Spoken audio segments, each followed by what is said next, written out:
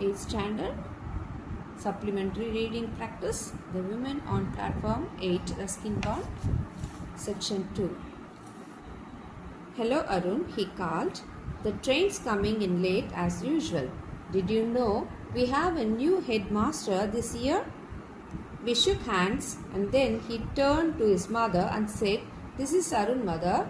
He is one of my friends and the best bowler in the class." "I am glad to know that," said his mother, a large, imposing woman who wore spectacles. She looked at the woman who led my hand and said, "And I suppose you are Arun's mother?"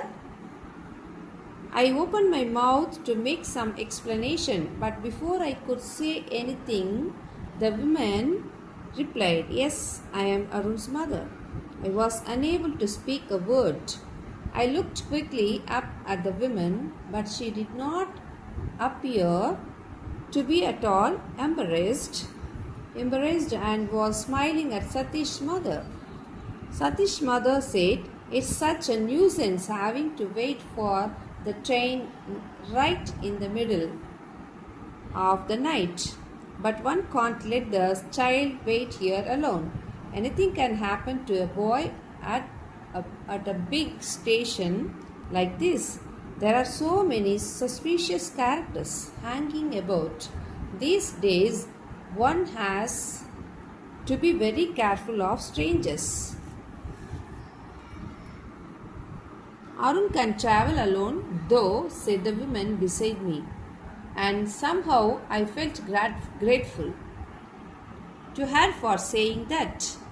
I had already forgiven her for lying, and besides, I had taken an instinctive dislike to Satish's mother.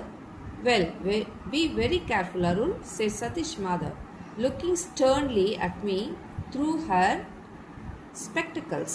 "Be very careful when your mother is not with you, and never talk to strangers." I looked from Satish's mother to the woman who had given me tea and sweets, and then back at Satish's mother. "I like strangers," I said.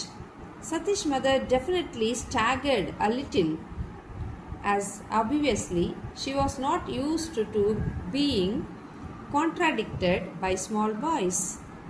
"There you are, you see. If you don't watch over them all the time, they will walk straight into trouble. Always listen to what your mother tells you," she said, wagging a fat little finger at me, "and never talk to strangers."